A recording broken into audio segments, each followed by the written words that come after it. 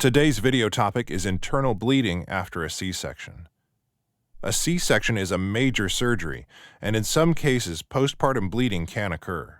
Most people who undergo C-sections recover with minimal to no issues, but it is important to be informed, especially if you choose to deliver by C-section.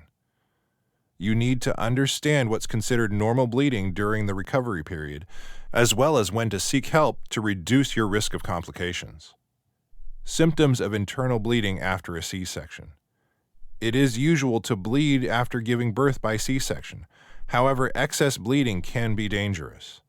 It takes the body about 4 to 6 weeks to fully recover from a C-section. Even though you can't see internal bleeding, there are signs that it might be occurring after the recovery period. Symptoms include shortness of breath or gasping, tachycardia or a heart rate higher than 100 beats per minute, bloated or painful abdomen, feeling faint, cold hands or feet are cold, vaginal bleeding that suddenly becomes heavier or passing large clots bigger than a plum, reduced urination. What is normal bleeding after a C-section? Normal bleeding is known as lochia, which includes mucus, blood, and uterine tissue that's usually released after birth. It is also accompanied by mild cramping as the muscles work to return the uterus to its original size.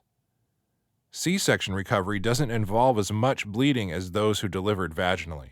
As you heal, the bleeding should reduce. Late postpartum hemorrhage signs and symptoms. Late postpartum hemorrhage, PPH, is less common but can be dangerous. The symptoms, however, are similar to what's experienced with internal bleeding that occurs shortly after delivering via C-section. Late PPH is also accompanied by fever or uterine tenderness due to a potential infection. Mostly, common causes for late PPH arise from uterine infections or placental tissue that was not completely removed after delivery. In addition, people with a history of PPH are at higher risk of experiencing it with subsequent pregnancies. Causes of internal bleeding after a C-section.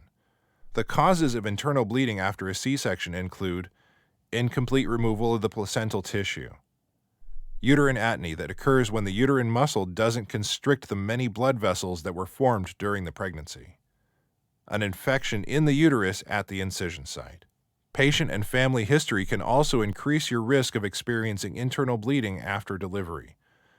This includes prolonged labor, obesity, personal or familial history of postpartum hemorrhage, multiple birth pregnancy or large babies, preeclampsia or high blood pressure, gestational diabetes, and polyhydramnios or the excessive buildup of amniotic fluid.